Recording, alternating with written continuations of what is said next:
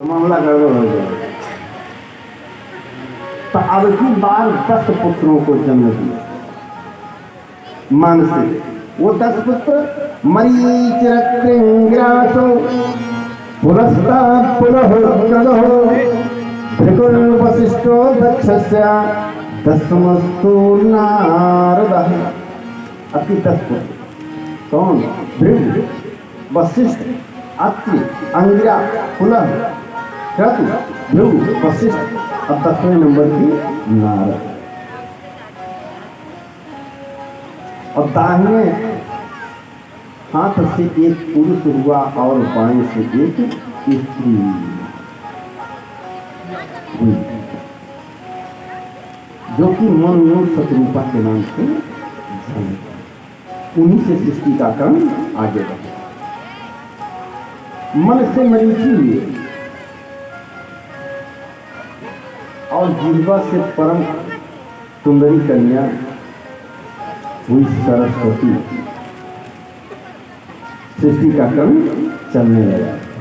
इधर देख रहे हैं कुछ माताएं निद्रा में हैं, तो हम चाहेंगे शुक्ला जी एक भजन गा दीजिए, निद्रा छूट जाए।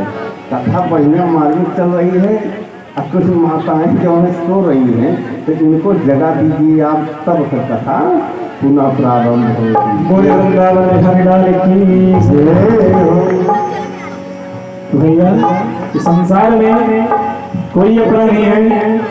जो भी पुण्य आप यहाँ प्रांगण में बैठकर भगवान का भजन कर रहे हैं, कीर्तन कर रहे हैं, यही भगवान के साथ वहां जाने पे आपका पुण्य आपका साथ देगा। तेली चमेली चंदन साबुन, अरे तेली चमेली चंदन साबुन चाहे लगाओ संत जगत में कोई न करे मानत जगत में, कोई न करे मानत जगत में, कोई न करे मानत। तेरे चमेली चंदन साबुन, तेरे चमेली चंदन साबुन चाहे लगाओ संत जगत में कोई न करे मानत जगत में, कोई न करे मानत।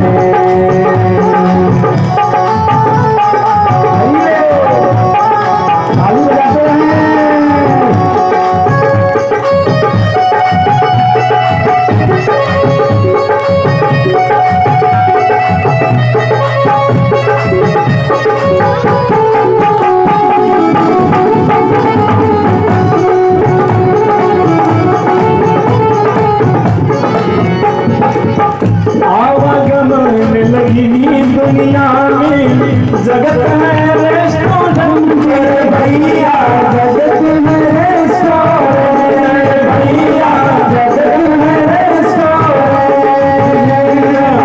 आवागमन लगी दुनिया में जगत है रेस्टोरेंट भैया, जगत में रेस्टोरेंट भैया, जगत में रेस्टोरेंट। अंत समय में उड़ जाएंगे, अंत समय में उड़ जाएंगे, तंबू जगत में कोई ना जगत में, कोई ना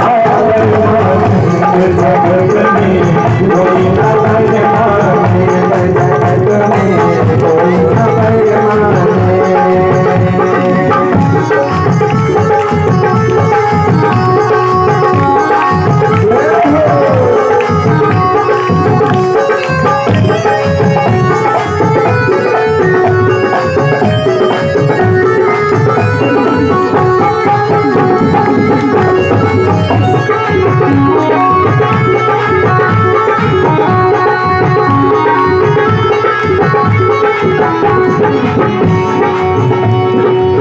राष्ट्रपति होकर नल जन चाहे हो भैया, चाहे भैया, संसार में कोई उसी पद पर क्यों ना पहुंच रहे, जाना सबको। राष्ट्रपति हो नल जन चाहे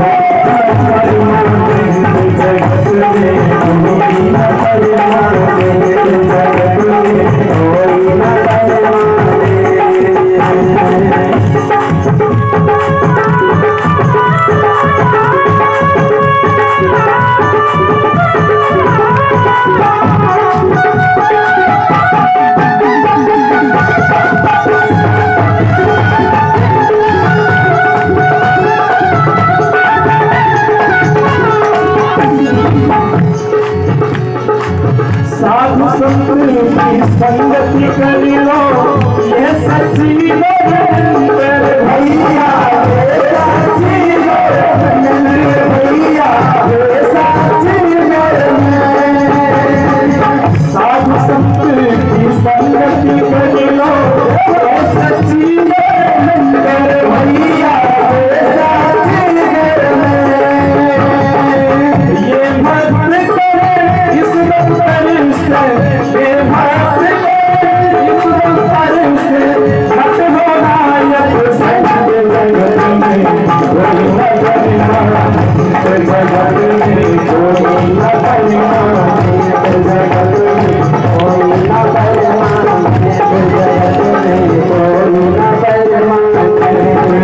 दिल छबीले चंदन साहब, दिल छबीले चंदन साहब, चाहे लगाओ संत जगत में कोई न परिमा, जगत में कोई न परिमा, जगत में कोई न परिमा, जगत में कोई न परिमा, जगत में कोई न परिमा। बोले भाग्य बिहारी लाल की जय हो। शुक्ला जी के भजन का आशय बहुत अच्छा रहा। तेल चमेली का लगा लो, साबुन लगा लो, सिंक लगा लो, लेकिन जगत में कोई परमानेंट नहीं हुआ। परमानेंट इसकी पताका तो उसी की फहराई है जिसने धर्म की ध्वजा फहराई। नाम केवल धर्म का रहता है।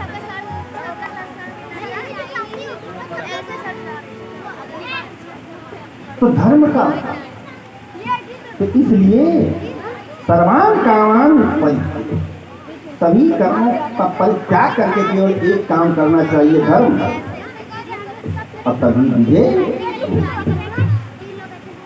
कथा चल रही थी सृष्टि का क्रम, मन से मरीच ऋषि,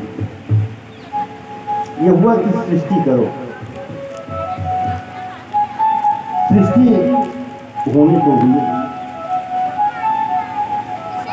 इतने में एक हिरण्याक्ष नाम का दैत्य आ गया। उसने पृथ्वी को चुरा करके ले जाकर के पातालपुरी में गाड़ दिया। इस श्रीमद् भागवत की कथा को सुखदेव स्वामी राजा परीक्षित को श्रवण करा रहे हैं। राजा परीक्षित ने प्रश्न कर दिया कि गुरु जी रुक जाइए। कहा क्या हुआ?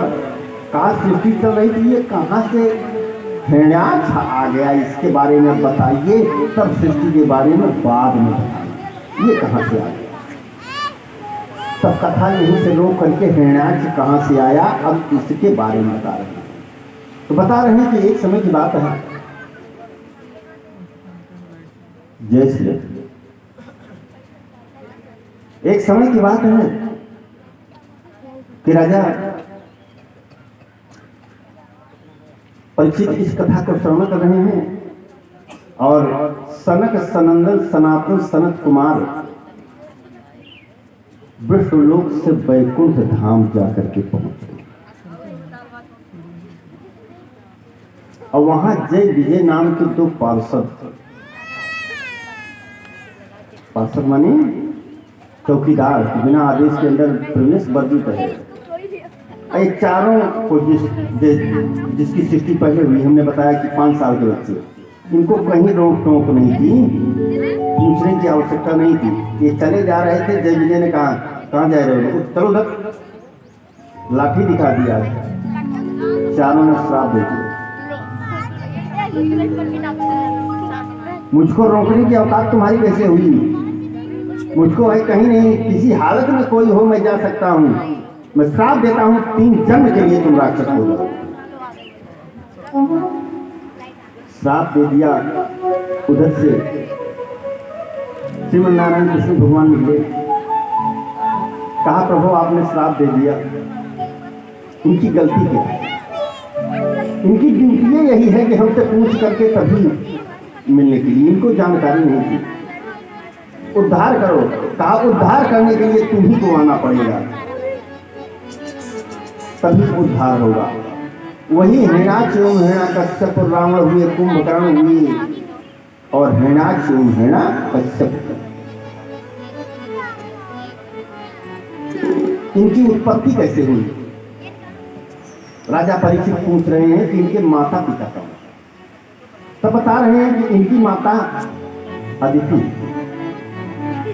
एक बार कश्यप ऋषि जो है संध्या कर रहे थे, और संध्या कर ही रहे थे कि इनकी धर्मपत्नी अदिति जो है कामज्वर ज्वर से पीड़ित हो गई। रति याचना किया, कश्यप ऋषि ने मना किया कि गोधूली में जो स्त्री गर्भधारण करती है उसकी संतति जो है राक्षस होती है। लेकिन अदिति एक भी न मानी, तो भगवत इच्छा समझ करके उनकी मनोकामना को पूर्ण किया। जब अदिति का कामज्वर जो शांत हुआ, तब वो चिंता में पड़ गई कि मेरे तो दैत्य होंगे, कहा मैं ऋषि की पत्नी हूं, तपस्या से गर्भ ही नहीं जन्मेगी। 100 वर्ष तक गर्भ जना ही नहीं, क्योंकि ऋषि की पत्नी थी, तपस्या थी, और तपस्या जब थी तो उस तपस्या के प्रभाव से स्वर्ग लोग जलने लगा। समस्त देवता चले गए श्रीमन नारायण के पास, कहा हम जले जा रहे हैं, क्या बात है? बताया कि संत की पत्नी गर्भ धारण किया है, 100 वर्ष हो गया। जा करके उसे निवेदन किया कि सबकी अपनी आवश्यकता होती है। तब दीदी ने गर्भ जना और 2 पुत्र हुए, हिरण्याक्ष एवं हिरण्यकश्यप। और जैसे जन्म लिए, गदा लिए, जो अट्टहास करके गर्जना किया कि देवता लोग तो डर के कारण स्वर्ग खाली कर दिए।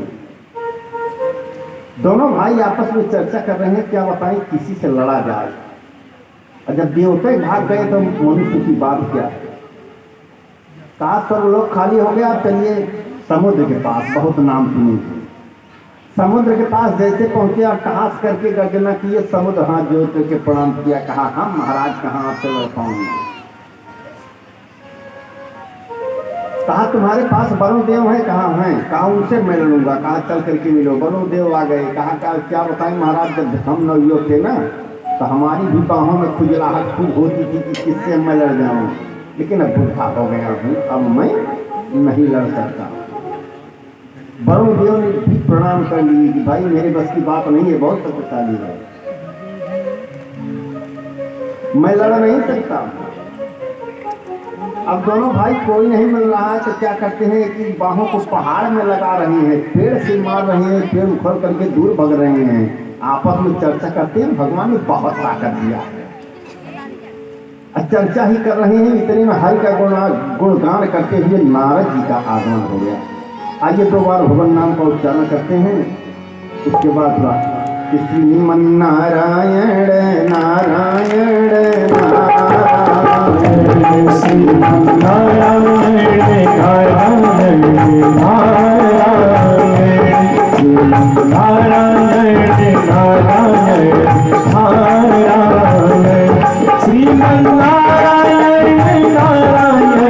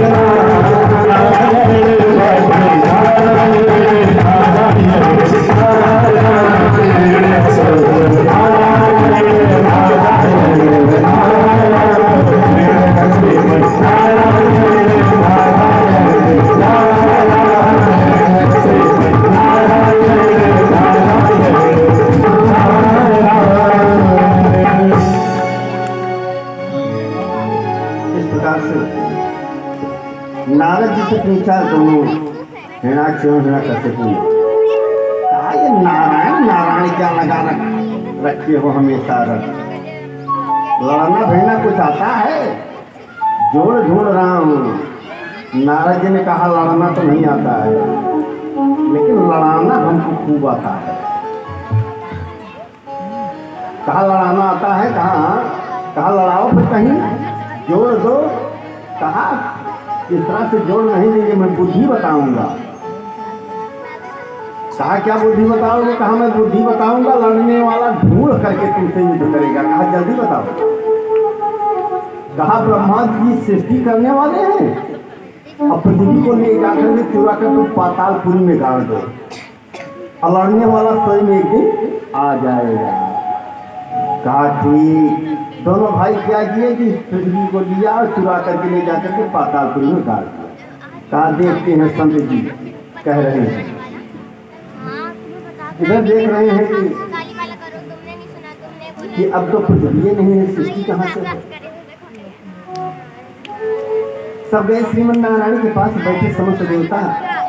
अचानक छींक आ गई और जैसे छींक आई तो देख रहे हैं सबकी नाक से कुछ गिरा और देखते देखते वो बड़ा आकार हो गया सूकर जैसा।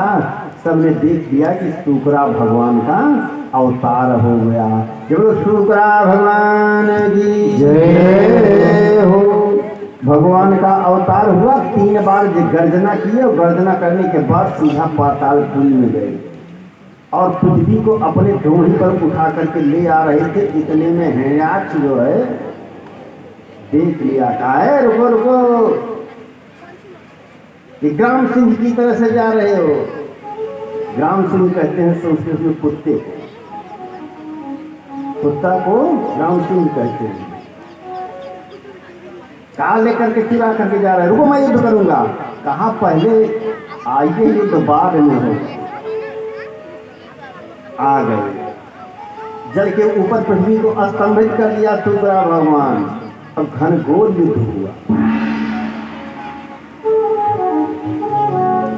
अब घनघोर युद्ध करने के बाद सूकरा भगवान ने क्या किया कि हिरण्याक्ष का उद्धार कर दिया। गोविंदाय नमो। उद्धार कर दिया। अब उद्धार करने के बाद कहा कि अब सृष्टि करो। सृष्टि चालू करो। मनोयोग शत्रुपा से जैसे होने लगा। तो मन शत्रुपा के कुल 5 संतानें, आकुति, देवहूति एवं प्रसूति।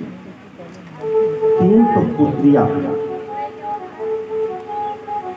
अब 2 पुत्र हुए, प्रियव्रत एवं उत्तानपाद। 2 पुत्र। तो सबसे पहले आकुति के वंश। आकुति का विवाह रुचिक प्रजापति के साथ हुआ। इनके घर यज्ञ नारायण भगवान का अवतार हुआ। जब लोग यज्ञ भगवान की जय। और इनका विवाह हुआ पुत्रिका धर्म से श्रीमती दक्षिणा देवी से। यज्ञ की धर्म पत्नी क्या है? दक्षिणा। इसीलिए जब यज्ञ समाप्त होती है ये होता है कि दक्षिणा दीजिए, पूजा होता है दक्षिणा दीजिए, यज्ञ भगवान की प्रसन्नता के लिए, क्योंकि यज्ञ की धर्म पत्नी है श्रीमती दक्षिणा देवी। आप देखिए देवहूति का विवाह हुआ करदम ऋषि। करदम ऋषि ने कहा कि मैं तो विवाह ही नहीं करूंगा पहले। तो भगवान ने कहा कि विवाह करो भाई, विवाह क्यों करोगे, सृष्टि का कर्म मिल जाएगा। कहा विवाह करूंगा लेकिन शर्त है कि मैं संतान उत्पत्ति नहीं करूंगा। अरे कहा संतान उत्पत्ति क्या, मैं तुम्हारा पुत्र बन करके आऊंगा। तब तो करदम ऋषि बहुत प्रसन्न हुए, कहा कि ये तो बहुत अच्छी बात, मेरा युगों युगों तक नाम रहेगा, तब तो मैं विवाह करूंगा। तो आहुति देवहूति का विवाह करदम ऋषि के साथ।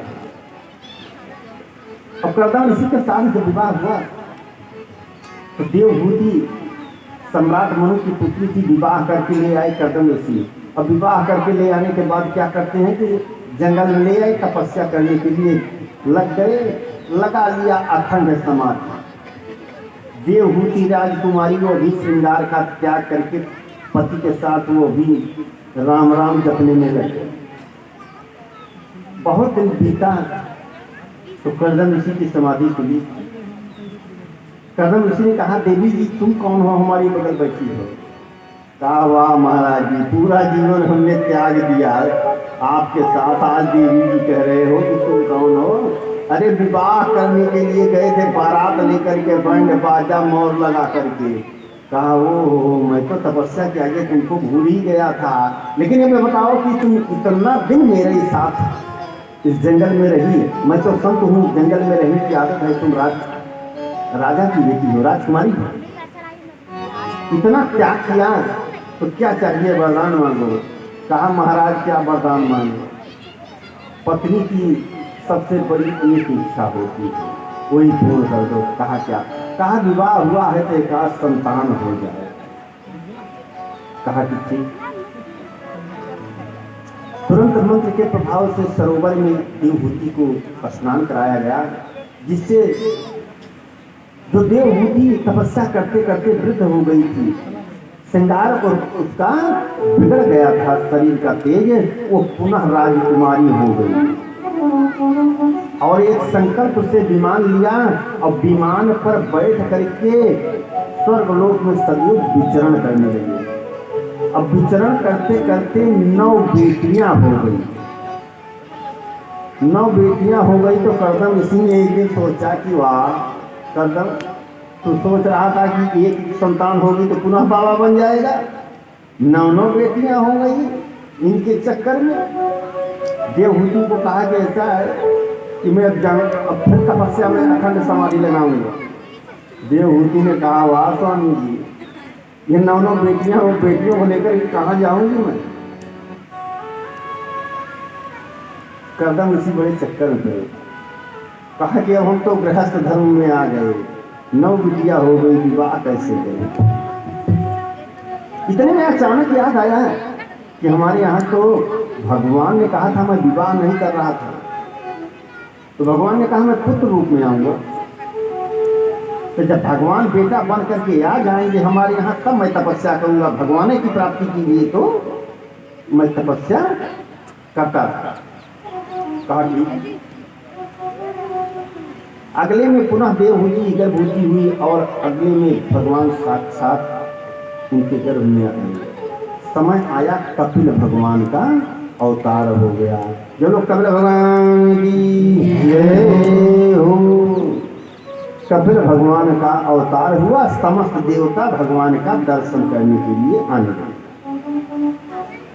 एक दिन ब्रह्मा बाबा ने क्या किया कि अपने बेटों को लेकर के मिलने आए। तो ब्रह्मा बाबा के मानसिक पुत्र हमने पहले बताया 10वें नंबर के थे। नारद शुरू से बहुत घूमक करते, तो सोचा कि ब्रह्मा बाबा ने कि नारद आ जाए तो फिर चले सबको लेकर के, लेकिन नारद अपना घूमने लग गए। तो नारद नहीं गए, 9 बेटे आ गए। कर्दम ऋषि के यहाँ आए, कपिल भगवान का दर्शन किया और जाने लगे जब, तो कर्दम ऋषि ने एक निवेदन किया। कहा क्या? कहा कि गजब बढ़िया जोड़ा है, 9 बिटिया हमारे पास और 9 बेटा आप लेकर के आए हैं, और सीधा पुत्र वधू लेकर के जाओ। ब्रह्मा बाबा सृष्टि कराना चाहते थे। कहा बहुत बढ़िया। और नारद जी घूम रहे थे तो आप तक घूमते हैं, घूम ही रहे हैं, विवाह नहीं हुआ। इसलिए घूमना नहीं चाहिए, बच्चे सावधान रहें, अगर घूमोगे तो विवाह नहीं होगा। नारद जी का नहीं हुआ, पढ़ोगे तो।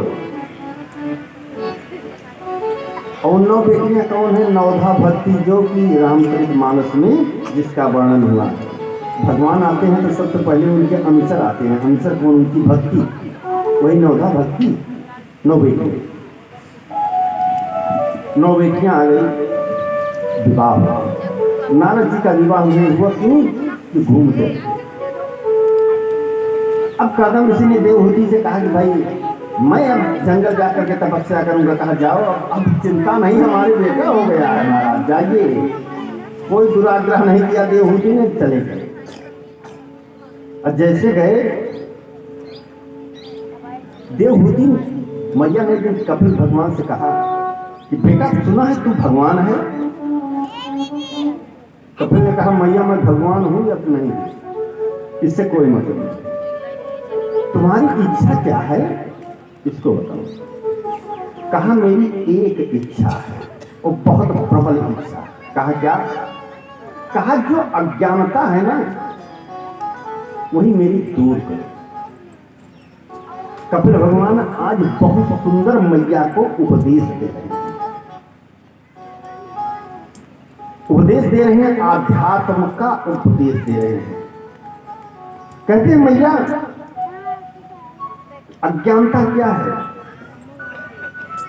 84 लाख योनियां होती हैं मां। ये जब जीव सत्कर्म करता है, बहुत अच्छा सत्कर्म करता है, तो उसको धर्म की 1 अंगुल की शरीर प्राप्त होती है। हर योनि में 84 लाख योनियों में ये जीव भ्रमण करता है। और जब 84 लाख योनियों में भ्रमण कर रहा है, जिस योनि में है, अगर सत्कर्म किया, धर्म किया, तो 1 अंगुल की शरीर धर्म की होती है। इस तरह से 84 अंगुल की शरीर मनुष्य की होती है, सभी की। हमारी भी यार की, बाबू साहब की थी। अपने अंगुली से घर में जा करके नाप लेंगे। बच्चे की भी उसकी अंगुली से 84 अंगुल की ही शरीर सबकी होती है। क्योंकि 84 लाख योनियों में जब जीव भ्रमण करता है, तब 1 अंगुल की धर्म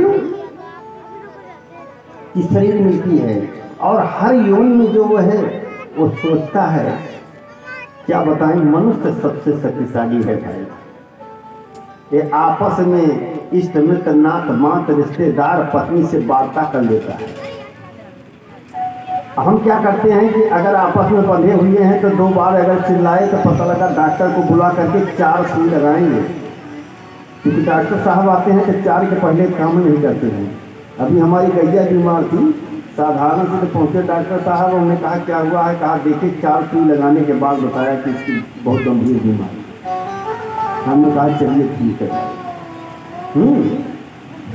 तो पता लगता है कि जानवर सोचता है कि हम बोलेंगे नहीं भाई, तो आपस में वार्ता नहीं कर सकते। अब मनुष्य जब मिल गई तो सोचते हैं कि चुप नहीं होंगे। कथो वार्ता में कुछ लोग बोलते रहते थे। हाँ, कुछ लोगों की आदत होती है कि कथा हो रही है, बीच में बोल देते हैं। हाँ, आदत सी बन गई है। यह प्रभाव स्वयं का। तो कहते हैं माँ, इसलिए जीव को चाहिए सत्कर्म करे। 84 लाख योनियों में यह जीव जब भ्रमण करता है तो यही सोचता रहता है कि अगर मनुष्य हो जाऊं तो खूब धर्म करूं, दान करूं, भगवान की कथा को श्रवण करूं। और जब आ जाता है ना, तो होता क्या है कि विष्णु की माया कस करके जकड़ लेती है व्यक्ति को। तब विष्णु की माया जकड़ देती है, सोचता है कि कथा हो रही है, जाएंगे भाई। कौन जाए, प्रचंड गर्मी है, इनको भी कथा कराना था तो टीका करेंगे इस गर्मी में, और ठंडी में कराएंगे तो इनकी बुद्धि खराब है। गर्मी में कराते बढ़िया, ठंड लग रही है, हाँ? तो जिसकी कुतर्क वाली कैंची वाली बुद्धि होती है वो काटते रहते हैं। अब बुद्धि कैसी किसकी होती है, कैंची वाली? जो अधर्मी है। अधर्मी है तो अधर्म की ही बात करेंगे, और सत्संग में नहीं आएंगे। अब सत्संग में वही आता है जिसके समस्त पाप धुल जाते हैं। और जब पाप सवार है तो भागवत कथा में नहीं जाएंगे। नौटंकी हो रही है तो सबसे पहले पहुंच जाएंगे लाठी लेकर। और जो भागवत सुनने वाले हैं वो नौटंकी में नहीं जाएंगे, क्योंकि अपनी गरिमा का ध्यान करेंगे ना कि मैं ये भक्त हूं। कपिल भगवान इस प्रकार से उपदेश दे रहे हैं, माँ जो माया को छोड़ करके परमात्मा का चिंतन करता है, भजन करता है, दान करता है, पुण्य करता है, उसके लिए परमात्मा सायुज्य मुक्ति प्रदान करते हैं। इस प्रकार से 8 अध्यायों में उपदेश किया।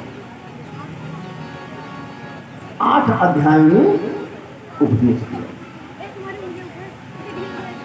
कि जीव जो है जब अत्याचार, पापाचार, दुराचार करके जाता है तो ये महाराज जो है अपनी संजीवनी पूरी में ले जाते हैं और खौलते हुए तेल में डाला जाता है। बहुत प्रकार के कष्ट दिया जाता है। इसलिए माँ जो है, मानव जीवन पाने के बाद व्यक्ति को सत्कर्म करना चाहिए। इस प्रकार से जब उपदेश दे रहे हैं तो माता ने कहा बस करो बेटा, बहुत भय लग रहा है।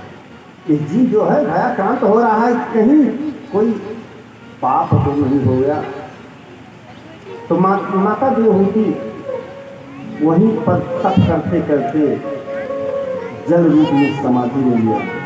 और करदम भगवान कहाँ समाधि ले लिए कि कलकत्ता में गंगा सागर दर्शन करने के लिए आप लोग गए होंगे, तो वहीं कपिल भगवान का मंदिर है और माता देवी जी।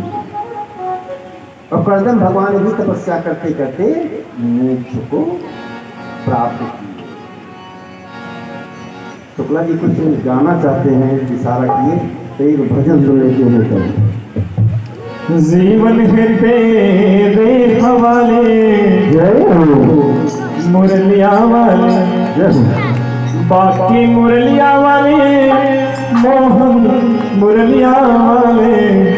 जीवन है तेरे हवाले, मुरलिया वाले। जीवन है तेरे हवाले, मुरलिया वाले। बाकी मुरलिया वाले, मोहन मुरलिया वाले।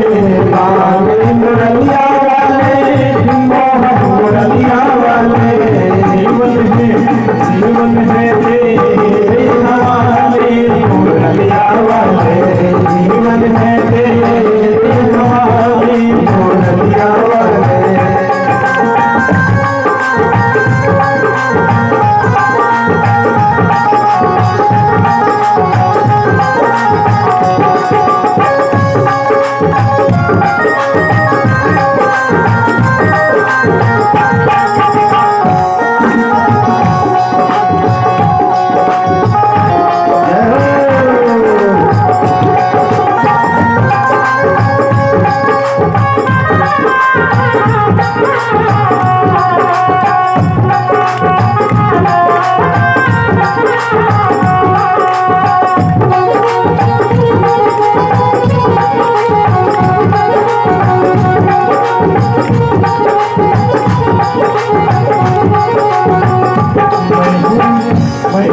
मुरलिया तेरे घर की, मैं हूँ मुरलिया, मैं हूँ मुरलिया, मैं हूँ मुरलिया, मैं हूँ मुरलिया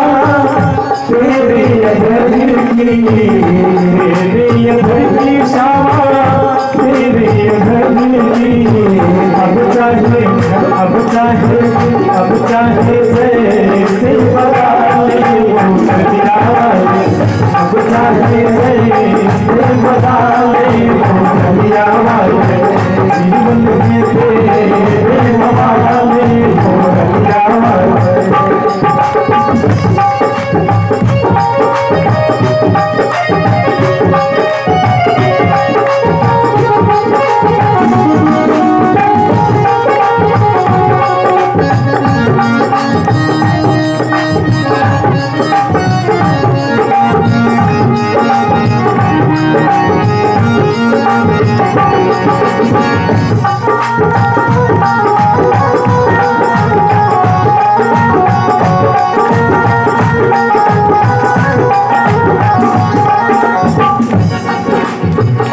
मैं हूँ सजनिया अपनी सजनी, मैं हूँ सजनिया अपनी सजनी, मैं हूँ सजनिया, मैं हूँ सजनिया, मैं हूँ सजनिया, मैं हूँ सजनिया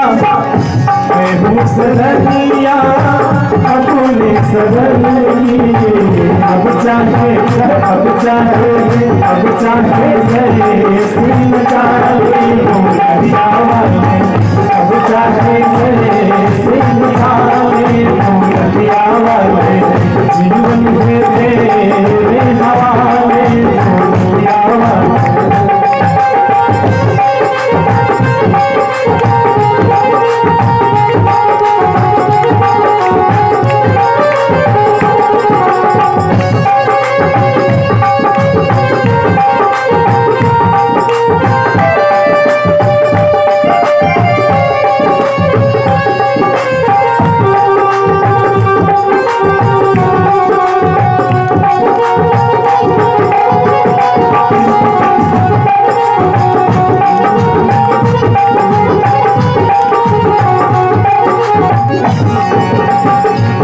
कठपुतली तेरे हाथों की, मैं कठपुतली तेरे हाथों की, मैं कठपुतली, मैं कठपुतली, मैं कठपुतली, मैं कठपुतली तेरे हाथों की, मैं कठपुतली तेरे हाथों की। वृंदावन में बसा ले मुरलिया वाले, वृंदावन में बसा ले मुरलिया वाले, बाकी मुरलिया वाले ओ मुरलिया वाले, बाकी मुरलिया वाले ओ मुरलिया वाले, जीवन है तेरे हवाले मुरलिया वाले, जीवन है तेरे हवाले मुरलिया वाले, जीवन है तेरे हवाले मुरलिया वाले, जीवन है तेरे हवाले मुरलिया वाले। बोले बाबा बिहारी लाल की जय। वास्तविकता यह है कि जीवन अगर मुरलिया वाले के हवाले कर दें तो कल्याण हो ही जाएगा। लेकिन बड़ा मुश्किल काम है कि परमात्मा के हवाले इस जीवन को कर दें, कि उसके बल बैठते चलते फिरते मन में अपना परमात्मा का रहे। यह आसान कार्य नहीं, यह है कि कुछ देर प्रयास करें तो धीरे धीरे हो ही जाए। कोई काम असंभव नहीं। और जब परमात्मा के लिए कुछ आप करेंगे ना, तो अगर एक कदम परमात्मा के लिए चलते हैं तो परमात्मा आपके लिए 60 कदम चलता है। तो परिश्रम करें तभी कुछ उपलब्धि हो। तो हमने बताया आपूर्ति देव हुई थी, उसके बाद प्रसूति। आकृति देव हुई एवं प्रसूति, इनका विवाह दक्ष प्रजापति के साथ, जिनकी की 16 कन्या, 13 धर्म को ब्याह दी। धर्म की 13 पत्नियां, एक पितरों को ब्याह दी जिसका नाम था श्रीमती स्वधा देवी। जब हम पिंडदान करते हैं तो स्वधा शब्द का उच्चारण करते हैं, तभी पितरों को पिंड प्राप्त होता है। एक पत्नी अग्निदेव को ब्याह दी जिसका नाम श्रीमती स्वाहा देवी।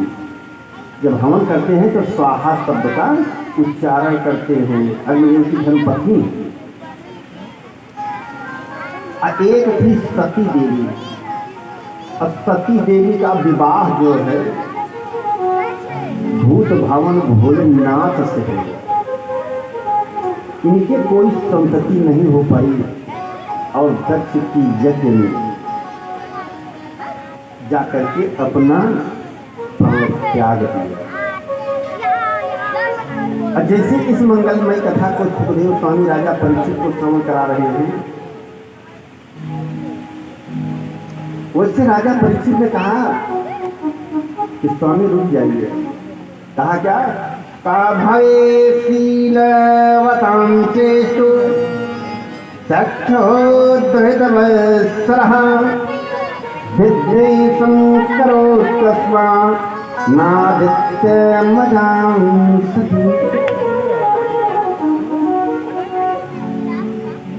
ये दक्ष प्रजापति तो अपनी पुत्रियों से बहुत प्रेम करते थे, तो कैसे उनकी बेटी सती जल करके दक्ष की यज्ञ में भस्म हो गई। जरा विस्तार से बताइए महाराज, आप तो एकदम चट कर जा रहे हैं एक लाइन में। पर सुखदेव स्वामी इस मंगलमयी कथा को अब विस्तार से बताइए।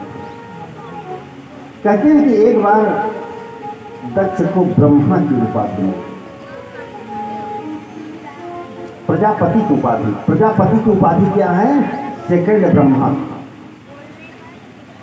अब कुछ लोग क्या है कि अचानक अगर पद एवं प्रतिष्ठा पा जाते हैं, घमंड में हो जाते हैं कि भाई मैं तो बहुत प्रतिष्ठित हूँ। तो वैसे दक्ष क्या है? घमंड में। घमंड में हो गया तो सबसे पहले सोचा कि हमारे रिश्तेदार हैं भूत भवन भोलेनाथ, इनको हम दूर कर दें। इसलिए दूर कर दें कि नए कपड़ा पहनते हैं, नए गहन करते हैं, तो इनको हम डांटेंगे। किसी सभा में जाएंगे तो प्रणाम करना पड़ेगा, कि बताना पड़ेगा कि हमारे दामाद जी हैं। तो सोच समझ करके तभी बताएंगे। अब पहुंचे, एक जगह स्वागत समारोह हो रहा था दक्ष प्रजापति का। जैसे पहुंचे, 3 लोग नहीं खड़े हुए और तो सब खड़े हुए। वो कौन कौन? ब्रह्मा, विष्णु और महेश, हमारे भूत भवन भोलेनाथ बाबा। आपस में वार्ता करते रहे। कहीं भोले बाबा का ये मत नहीं था कि हमारे ससुर जी हैं, हम नहीं खड़े हुए अपमान करेंगे। वार्ता करते नहीं देखे। अध्यक्ष को था कि भूत भवन भोलेनाथ को गाली दे देंगे, रिश्ता इनसे खत्म कर देंगे। तो जो गेस्ट आते हैं उनको बाद में बोलना चाहिए, पहले उनके परिकर बोले। अब ये क्या करते हैं कि अपनी गद्दी पर विराजमान हुए, अब सभापति की गद्दी पर विराजमान होने के बाद बोलना प्रारंभ कर दिए। सभा का संबोधन। अब संबोधन करने के बाद कहते हैं कि जब शिष्ट लोगों की सभा होती है, एक भी अशिष्ट व्यक्ति अगर सभा में आ जाता है तो सभा का स्वरूप बिगड़ जाता है। यहाँ अशिष्ट बैठे हुए हैं, जितने लोग थे सब देख रहे हैं, इसमें अशिष्ट कौन थे? सब तो शिष्ट हैं। दक्ष कहता है देख नहीं रहे हो? पेतावासी घोरी, प्रेत भूत गणेश पिता, ये संकल्प देखो। भूत प्रेतों के साथ रहने वाला, मृग चर्म धारण करने वाला, जटा मुकुट जटा जूट रखने वाला नंदी सब दमक करके उठ गए। दक्ष बोले बाबा कहा, भोले बाबा कहा रुको रुको रुको, बोली तो कहा महाराज क्या आपकी कोई निंदा करे मैं सुन नहीं सकता हूँ। कहा हमारे ससुर तो हैं, पिता हैं तो निंदा करने दीजिए। कहा महाराज हमारे सामने निंदा नहीं कर सकते, क्योंकि मेरा कर्म क्या है कि स्वामी की न तो निंदा करना चाहिए न तो सुनना चाहिए। अब अगर स्वामी की निंदा अगर कर दिया सुन लिया तो कौन सा पाप होता है? गो हत्या के बराबर पाप होता है। भागवत में लिखा है, रामचरितमानस में भी लिखा है कि स्वामी की निंदा न तो करना चाहिए न तो सुनना चाहिए। अब अगर करता है कोई और सुनता है तो वो हत्या के बराबर पाप होता है। तुलसी बाबा ने लिखा कि हरि हर निंदा सुनहि जकाना, हरि निंदा सुनहि जकाना, हरि हरि निंदा सुनहि जकाना, मोहि पारो भाग समाना, मोहि पारो भाग समाना। तुलसी बाबा ने भी लिख दिया, इसीलिए लिख दिया कि भाई श्रीमद् भागवत संस्कृत में है तो लोग अर्थ न लगा पाएं, तो रामचरितमानस में भी। तो इसलिए जो है स्वामी की निंदा न तो करना चाहिए न तो सुनना चाहिए, दोनों ग्रंथ ये बता रहे हैं। अब कुछ लोग क्या करते हैं, स्वामी की निंदा करते हैं, ऐसा नहीं करना। नंदीश्वर एक बार तो बैठ गए, लेकिन दक्ष जो है घमंड में पुनः बोलने लगा और यहाँ तक साफ दे दिया, कहा है शंकर तुमको किसी भी यज्ञ में भाग नहीं मिलेगा। अब तो नंदीश्वर धमक करके उठ गए। कहा आए दक्ष जब बक बक बक बक कर रहा है ना, जाओ तुम्हारा मुख पकड़े का हो जाए। कहा भोले बाबा जो श्राप दे देंगे वो मैं सहन कर लूंगा, लेकिन ये भोले बाबा को श्राप दिया, हमारे स्वामी को श्राप दे दिया, कहा जाओ बकरे का हो जाए। दक्ष ने कहा शिव के गण जितने हैं पाखंडी हो जाए। कहा ठीक है चाहे जो हो जाए, लेकिन तुम तो बकरा हो जाओगे। भोले बाबा ने सोचा कि मौके को बचा दिया जाए, क्योंकि ये दक्ष का स्वागत समारोह था, आवाज ये श्राप समारोह था। अब तो श्राप समारोह हो गया। भोले बाबा मौके को टाल करके चले। जैसे आए समाधि लगाए करके बैठे। अब वो समाधि लगा करके बैठ गए। अब दक्ष क्या करता है, क्योंकि घमंडी है, सोचता है कि शिव को नीचा दिखाना। कुछ लोग पद प्रतिष्ठा पा जाते हैं, यही सोचते हैं ना ये आगे कैसे है, इसको पीछे करना है, कैसे पीछे षड्यंत्र करते हैं। वही षड्यंत्र किया। षड्यंत्र क्या कर रहा है कि एक यज्ञ का आयोजन, यज्ञ का आयोजन किया तो जितने देवता थे समस्त छोटे से छोटे देवता सबका निमंत्रण दे दिया। हमारे भगवान भोले का निमंत्रण नहीं, का निमंत्रण देने के लिए कोई आवश्यकता नहीं है। क्यों समस्त देवताओं को दे दिया निमंत्रण, इसलिए कि हमने साफ दिया है कि जगह में भाग न मिले तो कहीं कोई देवता इनको कहीं कुछ दिए न, निमंत्रण वगैरह समाज से छूट जाएंगे। अब क्या था कि यज्ञ हुई, भोले बाबा का निमंत्रण नहीं हुआ। कैलाश पर्वत में समाधि अवस्था में है भोले बाबा, माता पास माता सती बैठी हुई है। यज्ञ हो रही है हरिद्वार कंखल में, तो विमान को सीधा जाना चाहिए, लेकिन जितने विमान हैं सब पहले हिमालय पर्वत पर आ रहे हैं और उसके बाद सीधा हरिद्वार की तरफ आ रहे हैं। क्यों? वही हंसी करने के लिए कि देखे पार्वती की तुम्हारे यहाँ पिता के यहाँ जो है यज्ञ है, तुम्हारा निमंत्रण नहीं है। माता जी सुबह से विमानों की गड़गड़ाहट सुन रही हैं, गड़गड़ाहट हो रही है।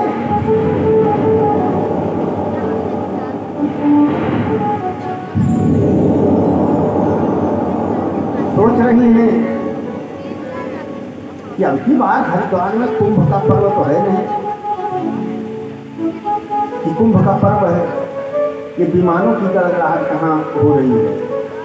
इतने में एक देवांगना क्या करती है कि अपना विमान सब नीचे करके ले जा रही है। सती ने पूछा, देवांगना ने सती से पूछा, अरे देवी तू यहाँ है? कहा तू कहाँ जा रही है? कहा तूने सुना नहीं, निमंत्रण नहीं आया क्या? सब जान रहे हैं निमंत्रण नहीं आया, लेकिन दंड के बाण कस रहे हैं। अरे तुम्हारे यहाँ पिता जी के यहाँ बहुत बड़ी यज्ञ हो रही है, निमंत्रण नहीं दिया क्या? अब सती देवी मौन हो गई। कहा क्या बताएं? कहा निमंत्रण दिया होगा, कभी कभी खास मौके पर विशेष व्यक्ति छूट जाते हैं, आता होगा निमंत्रण। देवांगना कहेगी कब आएगा, कब जाओगी, यज्ञ तो प्रारंभ हो गया है। कहा बहना चलो मैं आ रही है, निमंत्रण आ जाएगा हमारा। ऐसा नहीं है कि हमारे पिताजी यज्ञ में निमंत्रण नहीं है। अब क्या था, देवांगना तो चली गई, भोले बाबा समाधि में हैं। माता सती सोच रही है कि क्या बताएं। ये भोले बाबा जो है बिना निमंत्रण के जाने वाले नहीं है। हमारे पिताजी से भूल हो गई, निमंत्रण दिया नहीं, क्या करूं? एक तो समाधि में बैठे हैं। तो माता सती क्या कर रही है कि दोनों पांव भोले बाबा का दबाने लगी कि समाधि खुल जाए। अब जब दोनों पांव दबाने लगी तो भोले बाबा की समाधि खुली। जैसे भोले बाबा की समाधि खुली, कहा क्यों देवी, क्या बात है? कहा कुछ नहीं स्वामी जी, हम पति प्रताओं का धर्म है, पति की सेवा करना, चरण ही तो मैं दबा रही हूँ। भोले बाबा तो सब होनी देख रहे हैं। कहा देवी जी आज कुछ ज्यादा सेवा कर रही हैं। कहा कि हाँ प्रभु जी। कहा आपने सुना? कहा क्या? कहा प्रजापतस्ते ससुरस्य संपदं नैयातितो यज्ञ महोत्सवः वयं च दत्ता विसरामवामते यद्यपितानि विबुधा भजन्ति। कहा हमारे पिता, मैके की बात होती है तो माताएं थोड़ा अकड़ करके बात करती हैं। कहा हमारे पिता तुम्हारे ससुर जी बहुत बड़ी यज्ञ कर रहे हैं, सुना आपने? कहा नहीं सुना तो नहीं। कहा चलिए। कहा निमंत्रण वगैरह आया है तो इससे चले हैं। कहा नहीं स्वामी जी निमंत्रण तो नहीं आया। पिताजी हमारे भूल गए होंगे, लेकिन हम पहुंचेंगे तो हमारे पिताजी बहुत प्रसन्न हो जाएंगे कि देखिए हम भूल गए थे, उसके बाद भी मेरी बेटी जो है आ गई, बहुत धन्यवाद देंगे। भोले बाबा ने कहा कि देवी मैं तो बिना निमंत्रण के नहीं जानने वाला। इतना जान लो देवी जी कि बिना निमंत्रण के कहीं जाना नहीं चाहिए। कहा कि पिता के यहाँ तो जाना चाहिए स्वामी जी। अरे नहीं समझ रहे हैं, तस्मिन भगन्यो मम भट्ट जी, वहाँ पर जाएंगे, फंक्शन है, वहाँ पर हमारी बहनें मिलेंगी, गांव के समाज के सब लोग मिलेंगे। बहुत दिन हो गया सबसे मिलने के लिए, मेरी प्रबल इच्छा है, क्या मैं जाऊं? बोले बाबा आंख बंद कर ली। देवी जी कह रही मैं जा रही हूँ। बोले बाबा आंख बंद की। मैं गई, देवी जी को दूर चली जाती है। भोले बाबा आंख खोल कर देखते हैं, क्या सचमुच चली गई? तो देखते हैं कि उधर माता सती सोचती हैं कि भी चली जाएंगे तो नाराज हो जाएंगे, फिर वापस आती हैं। अच्छा क्या कह रहे हैं स्वामी जी मैं जाऊं? इस प्रकार से क्रम 2-3 बार चला। उसके बाद सती ने संकल्प किया कि अब हमको जाना है, चाहे जो भी कुछ हो। मैं जाऊंगी। अब की बार चली गई बहुत दूर। अब बहुत दूर जब चली गई तो भोले बाबा ने कहा कि सती का अकेले जाना ठीक नहीं है, इसलिए कि होनी प्रबल है, मैं देख रहा हूं। अब होनी प्रबल है तो नंदीश्वर को बुलाया, कहा ससम्मान इनको अपने गणों के साथ ले जाओ, विदा करो। ये आज जिद कर लिए हैं पिता के यहाँ जाने के लिए। नंदीश्वर पहुंचे, अरे माता जी कहाँ जा रही हैं? कहा तुम्हारे मामा के यहाँ बहुत बड़ी यज्ञ हो रही है, चलोगे? अरे कहा माता जी इसीलिए तो आए हैं कि आप उसको ले चलिए, और जब आप हमको ले नहीं चलेंगे तो कैसे चलेंगे? कहा कि चलो फिर। कहा अकेले थोड़ी चलेंगे। कहा तब? कहा अपने और गांव को लेकर के चलेंगे ना। कहा कि ठीक है। समस्त भूत प्रेत गण सब मिल गए और सब मिलने के बाद आज सती पहुंच गई पिता के यहाँ। और जैसे पिता के यहाँ पहुंची तो सबसे पहले बहनें मिल रही हैं। बहनें क्या कर रही हैं? व्यंग के बाण कस रही हैं। अरे सती आ गई तू? अरे मैं जानती थी कि तुम्हारे पिताजी ने निमंत्रण नहीं दिया, लेकिन तुम आओगी। माता जी को ये बात बहुत बुरी लगी अपनी बहनों की कि देखो ये व्यंग कस रही है, सोच रही है कि मैं गलत आ गई। इनकी जितनी बहनें थी सब व्यंग के बाण कस दिया। माता जी क्रोध में हो गई। माता जी जब क्रोध में हो गई तो अब क्या करें? केवल माँ एक ऐसी है कि वो मिली प्रेम से, लेकिन कुछ ही क्षण। कहा कि तुम्हारे पिताजी ने आदेश दिया है कि जो सती से वार्ता करेगा उसको मैं मार दूंगा, उसका कल्याण नहीं है। बेटी तुम वापस चली जाओ। सती सोच रही है कि मेरे पिता का घर है कि आई हूं तो आज ये अपमानजनक वार्ता हमको सुनने को प्राप्त मिल रहा है। हमें पति की आज्ञा नहीं मानी और चली आई है। बहुत गलत कार्य किया। सीधा सती जी क्या करती हैं? सीधा यज्ञ मंडप में पहुंच जाती है। यज्ञ मंडप में पहुंचने के बाद जैसे वहां पहुंचती हैं वैसे देखते हैं कि जितने देवता हैं छोटे से छोटे सबका भाग लगा हुआ है, लेकिन भूत भवन भोलेनाथ का भाग नहीं लगा। यज्ञ मंडप की तरफ ऐसे दृष्टि उठा करके देखती हैं भोलेनाथ का भाग नहीं। जितने व्यक्ति का आचार्यगण है ना, सती को देख करके हंसी करते हैं कि ये बिना निमंत्रण के आ गई है। देखो तुरंत अपने पिताजी के पास जाकर गई, पिताजी। दक्ष ने कहा कि तुम्हारा मैं पिता कभी था, आज नहीं। उस अघोरी की पत्नी हो, तुम यहां से चली जाओ। कहा पिताजी क्या कह रहे हैं? जिसकी बात कर रहे हैं अघोरी की, वो देव नहीं है, महादेव है, देवों के देव। और पिताजी आपकी बुद्धि खराब है। दक्ष ने कहा कि चली जाओ, नहीं मैं श्राप दे दूंगा। सती हाथ जोड़ लिया, कहा पिताजी यही चाहते हैं कि आप श्राप दे दीजिए, तब समझ जाएंगे वो कौन है। अरे मैं उस अर्धनारीश्वर की धर्मपत्नी हूं कि कोई श्राप छू नहीं सकता है। पिताजी आप देख करके देखिए।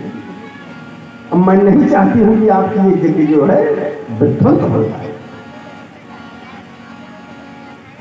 दक्ष श्राप देता है, लेकिन श्राप जो है माता जी को लगेगा, जो जगत की जननी है। कहीं कोई श्राप नहीं लगा। कहा पिताजी बुद्धि सुधार लीजिए, अब पर भी मौका है। जब हमने बताया कि उस अर्धनारीश्वर की धर्मपत्नी हूं, कोई श्राप छू नहीं सकता है, और श्राप दे दिया आपने, उसके बाद कहीं कुछ नहीं हुआ, तो मेरी शक्ति जान लिए हो। और मेरी शक्ति है कहाँ से? उन्हीं भोले बाबा से है। देव के देव महादेव अब पर भी मौका है तो शीघ्र प्रसन्न वाले देवता हैं। आज तो तुम ऑर्डर लानी जा करके क्षमा मांगो तभी तुम्हारी योग्य पूर्ण होगी। लेकिन दक्ष तो अहंकार में कहा चली जाओ यहां से। सती ने सोचा कि मेरे पिता की बुद्धि खराब है, अब कुछ अनहोनी होने वाली है। लग रहा है कि अनहोनी होगी निश्चित,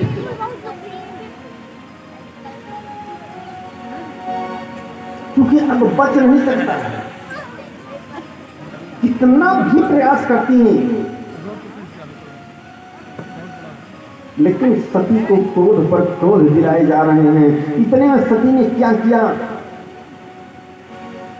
कि हवन कुंड के पास जाकर के बैठ गई और क्रोध से अग्नि प्रकट हो गई। माता सती का शरीर क्रोध से जलने लगा।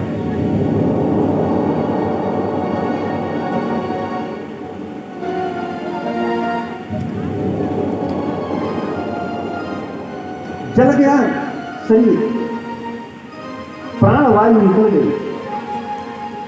जैसे प्राणवायु निकली, नंदीश्वर आदिग्रह थे विलाप किए। अब विलाप करने के बाद जो है क्रोध करके दौड़े कि यज्ञ को मैं विध्वंस कर दूं। लेकिन यज्ञ के आचार्य थे भृगु, यज्ञ रक्षोहण मंत्र से रक्षा किया और कृत्या उत्पन्न कर दिया। अब कृत्या उत्पन्न करने के बाद जितने नंदीश्वर आदिगण थे भूत प्रेत, उस सब क्या हुआ कि बहुत मार खाए चले।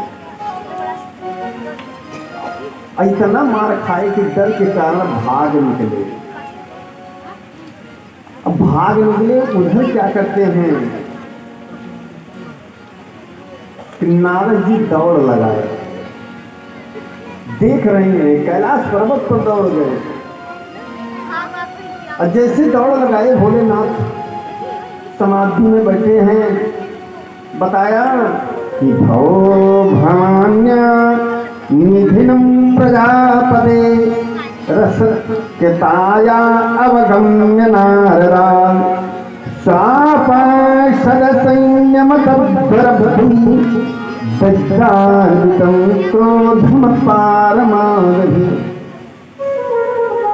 नारद जी ने बताया। जैसे बताया भोले बाबा का क्रोध उत्पन्न हो गया। तुरंत अपनी जटा पकड़ी उखाड़ करके फेंक,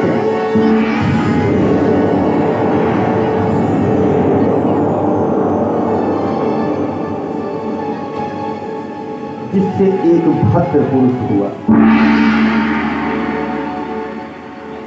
गगनचुंबी, जिसका नाम वीरभद्र पड़ा। जब वीरभद्र महाराज की त्रिशूल लेकर के वीरभद्र महाराज आकाश में घूमने लगे। कहा बताओ क्या आदेश? कहा जाओ यज्ञ नष्ट कर। कहा कि वीरभद्र महाराज चले गए। जा रहे हैं, इतने में नंदीश्वर आदिगण देख रहे हैं कि ये कौन आ गया। वहां से तो मार खा करके आए थे, ये तो विकराल आकृति वाला है। प्रणाम किया, प्रभु आप कौन है? कहा कि मैं जा रहा हूं दक्ष की यज्ञ को विध्वंस करने के लिए। कहा क्यों? कहा कि सती जल करके मर गई। नंदीश्वर ने कहा क्या बताएं? बड़ा प्रायश्चित हुआ है, हम गए थे साथ में, बहुत मार खाए हैं। वीरभद्र ने कहा चलो एक एक करके बदला लूंगा। अब तो क्या था, भूत प्रेत गण पहुंच गए सीधा और देखते देखते यज्ञशाला को घेर, यज्ञशाला को घेर लिया। भृगु ऋषि पुनः अक्षत उठाए और यज्ञ रक्षोहण मंत्र से कृत्या उत्पन्न किया। वीरभद्र महाराज ने कहा ठीक है, कृत्या को इसे पकड़ा, सर उठा करके डाल दिया हवन कुंड में स्वाहा। दक्ष को पकड़ा, इसे सर उठा करके फेंक दिया हवन कुंड में स्वाहा। अब कहा नंदीश्वर से ये बताओ, अब तुमको कौन कौन मारा था इसको बताइए। कहा महाराज सबसे पहले थे भृगु ऋषि थे, कृत्या उत्पन्न किए, मार खा रहे थे, दाढ़ी पर ऐसे ऐसे हाथ करके बहुत प्रसन्न थे। कहा ठीक है, दाढ़ी उठा करके हवन कुंड में स्वाहा। कहा देखो ये उल्टा देवता है, हम मार खा रहे थे तो 32 दांत निकाल करके हंस रहे थे। कहा ठीक, पकड़ा 32 दांत निकाल करके हवन कुंड में स्वाहा। जितने थे सबको मार दिया। दक्ष का भी सिर उखाड़ करके फेंक दिया। इतने में भूत भवन भोलेनाथ बाबा आ गए। सती के शव को लेकर के आसमान में विचरण करने लगे। सती से इतना प्रेम मोह हो गया कि आसमान में विचरण कर रहे हैं। अब आसमान में विचरण करने के बाद समस्त देवता श्रीमन नारायण के पास गए। कहा भोले बाबा को पत्नी मोह इतना हो गया, कैसे और धंधा चलेगा। श्रीमन नारायण ने क्या किया कि अपना सुदर्शन चक्र उठाया और सती के 51 खंड को कर दिया। जहां पर सती का जो अंग गिरा वहीं पर एक शक्ति पीठ हो गया, 51 शक्ति पीठ की स्थापना। जहां दांत गिरा वहां दंतेश्वरी देवी, जहां हार गिरा वहां मैहर देवी। ऐसे ऐसे 51 शक्तिपीठ हुए और जो भी एक भी शक्तिपीठ का दर्शन कर लेता है, लिखा गया है देवी भागवत में कि उसकी समस्त मनोकामना पूर्ण हो जाती है। जय है। अब जब 51 शक्तिपीठों हो गए, इधर आए तो दक्ष जो है ब्रह्मा के पुत्र, ब्रह्मा के पुत्र थे तो ब्रह्मा को मोह हो गया, पुत्र मोह। ब्रह्मा जी आकर के भोले बाबा से कहेंगे दक्ष ये मेरा बेटा है, इसको जीवित कर दो। कहा जीवित तो न करता, लेकिन करूंगा, उसमें हमारा स्वार्थ है। कहा क्या? कहा हमारे गण नंदीश्वर ने कहा है कि इसका मुंह पकड़े का हो जाए। अभी पकड़े का मुंह हुआ नहीं, जाओ बकरे का मुंह ले आओ, लगा दे तो ये जीवित हो जाएगा। तब गए बकरे का मुंह ले आए और लगा दिए। तो अब बकरे के मुंह में पा करके बकरी की आवाज में दक्ष जो है भोले बाबा की स्तुति करता है। आशु भक्त को देखिए, मंदिर में जाते हैं ना तो गाल बजाते हैं, बम बम की आवाज करते हैं। क्यों? ये आवाज करने पर भोले बाबा को अपने ससुर जी की याद आ जाती है कि इसी तरह से बकरा बन करके मेरी स्तुति किया था। जब किस प्रकार से स्तुति किया और स्तुति करने के बाद कहा कि दक्ष जब जीवित हो गए बकरे का मुंह पा करके, तो कहा कि बिल्ली किसी बिना दाढ़ी के नहीं रह पाते हैं। कहा कि ठीक है पूरी नहीं आएगी लेकिन थोड़ी आ जाएगी। नया कटाते हैं लोग, जो कितनी दाढ़ी रहती है, नाम है हमको नहीं याद रहता, कोई कट है तो कहा उतने करो। कहा उषा देवता को कहा पृष्ठभूग बनो, पृष्ठभूग सत्तू खाओ। कहा चलो ठीक है। भग देवता थे, कहा हमारी तो आंखें फाड़ दिया है। कहा तुमको ये वरदान है कि मित्र की दृष्टि से देख सकोगे। इस तरह से सबको स्वस्थ करते हुए वही माता सती पुनः हिमालय की पुत्री के रूप में प्रकट हुई, जिनका नाम पड़ा पार्वती। और बहुत घोर तपस्या किया और घोर तपस्या करने के बाद भोले बाबा प्रसन्न हो गए। अब ब्रह्मा बाबा बारात लेकर के जा रहे हैं, संक्षिप्त में चलेंगे क्योंकि कथा हमने कल ही बताया कि रात्रि में करने का विधान नहीं है।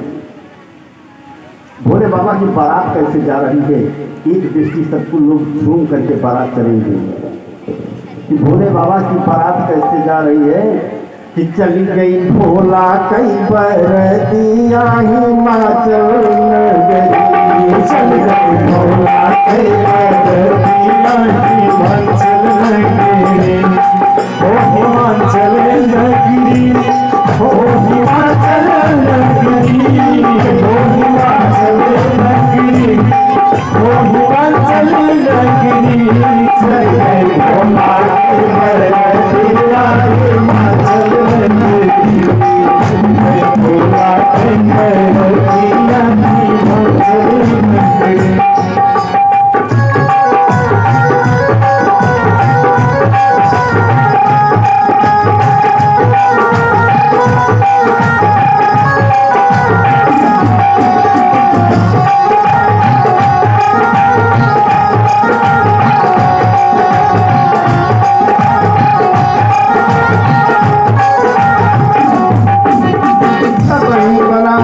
अपने रंग में पहुँचे रंग जमाए, सबही बराती अपने रंग में पहुँचे रंग जमाए, नमद राजा भगिया, नमद राजा भगिया, मैं झूम लगा मारू कंगन तुम कहतिया नहीं माचल लगेगी, वाले गली दुआर तुम कहतिया की माचल लगेगी, चल गए भोला कई बरतिया की माचल लगेगी।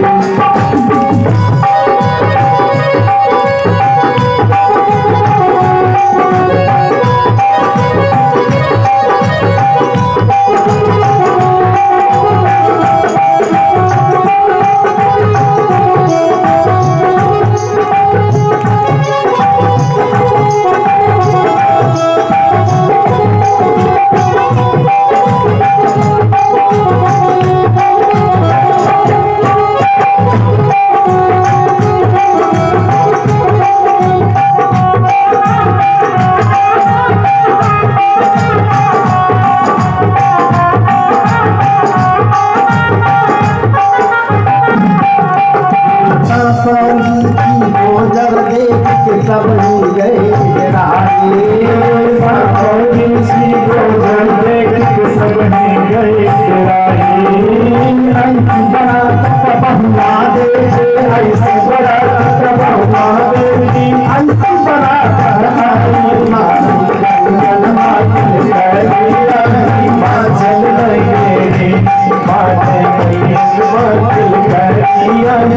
हिमाचल नगरी, ओ हिमाचल नगरी, ओ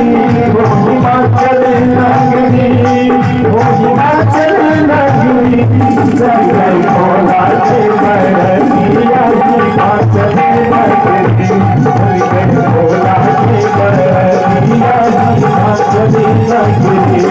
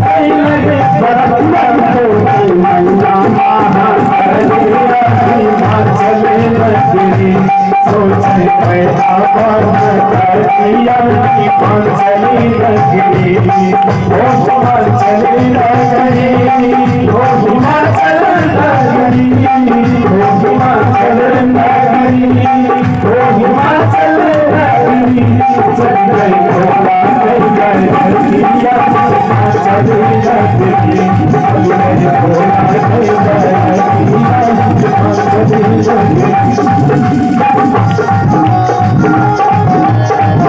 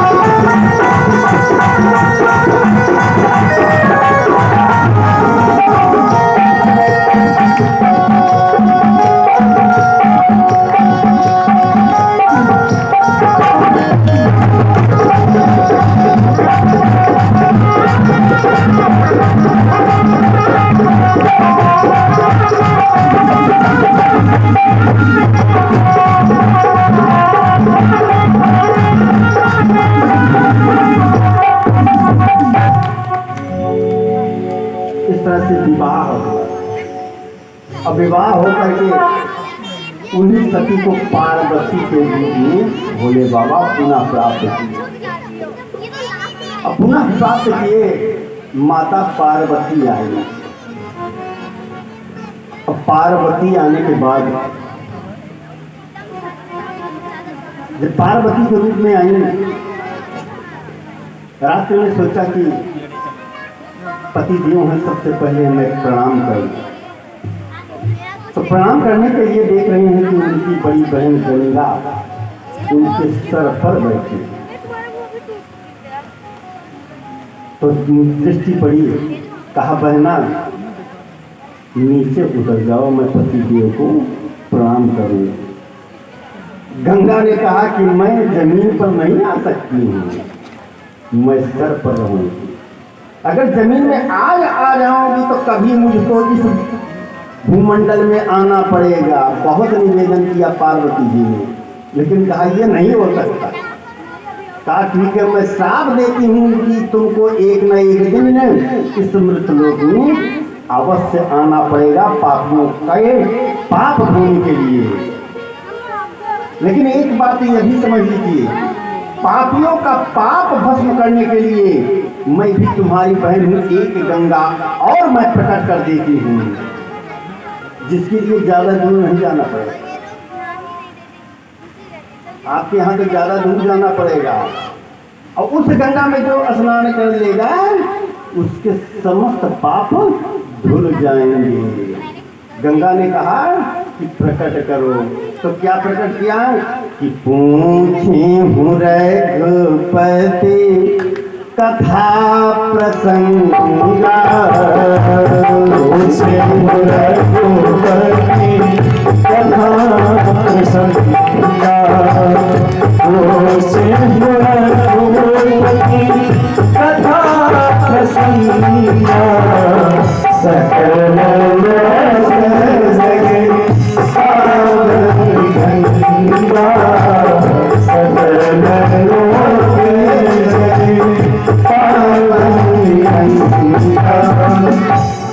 तत्काल भगवान की कथा का प्रश्न कर दिया।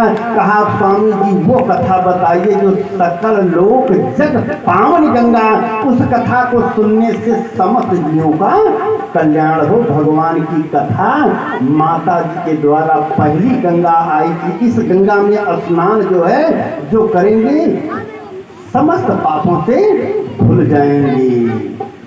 इस प्रकार से समय हुआ, कथा यही विश्राम लेती है। अब कल इस ज्ञान की गंगा में गोता लगाने के लिए पुनः 3 बजे से आएंगे। और आज तो 2 दिवस की कथा हो गई है, अब कल से पुनः इस अमृतमयी कथा को सुनिए।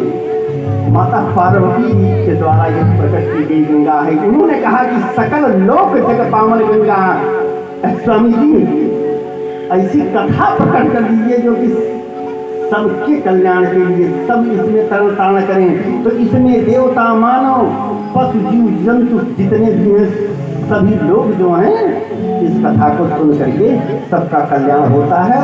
अब कथा यहीं पर विश्राम लेती है। कल 3 बजे से पुनः और कथा विश्राम पर जोरदार संकीर्तन कराएंगे, भजन कराएंगे हमारी शुक्ला जी। अब भजन के बाद सीधा आप यज्ञ मंडप में जाएंगे। सबसे पहले आरती यज्ञ मंडप में करते हुए तब यहाँ आएंगे, आप सहित परिवार के लोग आरती करेंगे। और उसके पहले हमारी शुक्ला जी की भजन बढ़िया सुंदर सी